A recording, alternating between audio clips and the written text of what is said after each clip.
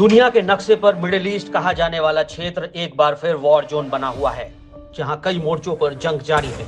एक तरफ अमेरिका ने यमन को निशाना बनाया है, तो वहीं इजराइल ने गाजा पर सीज फायर के बाद सबसे बड़ा हमला कर दिया है। इजराइल के निशाने पर सीरिया भी है, तो अमेरिकी ड्रोन को अपने इलाकों में चक्कर काटते देख ईरान हैरान है। पूरे गाजा में इजराइल ने एक के बाद एक विस्फोट शुरू कर दिए हैं। न्यूज एजेंसी की रिपोर्ट कहती है कि 19 जनवरी को युद्ध विराम यानी सीज फायर शुरू होने के बाद अब तक सबसे बड़ा हमला इजराइल ने किया है। डॉक्टरों के हवाले से कहा गया कि इस हमले में कई लोग मारे गए हैं।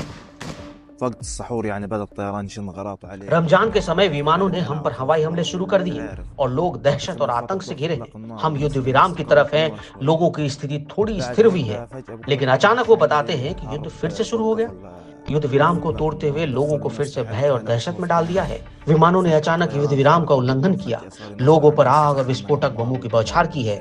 ये पूरी तरह से मानवता के खिलाफ है। जैसा कि आप मेरे पीछे देख सकते हैं, हर तरफ विनाश और तबाही है। इजराइल सीरिया को भी निशाना बना रहा है। इजराइल की सेना ने कहा कि वो दक्षिणी सीरिया में सैन्य स्थलों पर हमला कर रही है। रिपोर्ट के अनुसार सीरिया के सरकारी मीडिया ने दक्षिण शहर दारा के पास इजरायली हमलों में 2 लोगों को मारे जाने की सूचना दी है। इजरायली सेना के एक बयान में कहा गया कि आईडीएफ दक्षिण सीरिया में सैन्य संगठनों पर हमला कर रही है, जिसमें पुराने सीरियाई शासन के हथियार और सैन्य वाहन वाले कमांड सेंटर और सैन्य स्थल शामिल हैं। वहीं अमेरिकी राष्ट्रपति डोनाल्ड ट्रंप ने ईरान को चेतावनी दी कि अगर यमन के हूती संगठन ने उसके अंतर्राष्ट्रीय शिपिंग लेन पर हमला जारी रखा तो उसे गंभीर परिणाम भुगतने होंगे। उन्होंने कहा कि अब से ईरानी नेतृत्व को हूती पर चलाई गई हर गोली के पीछे ट्रिगर खींचने वाले के रूप में देखा जाएगा। गौरतलब है कि हूती को लंबे समय से तेहरान का समर्थन प्राप्त है। अमेरिका ने हूती के ठिकानों पर हमला शुरू किया, जिसमें 53 लोगों की मौत और 98 लोगों के घायल होने की खबर है।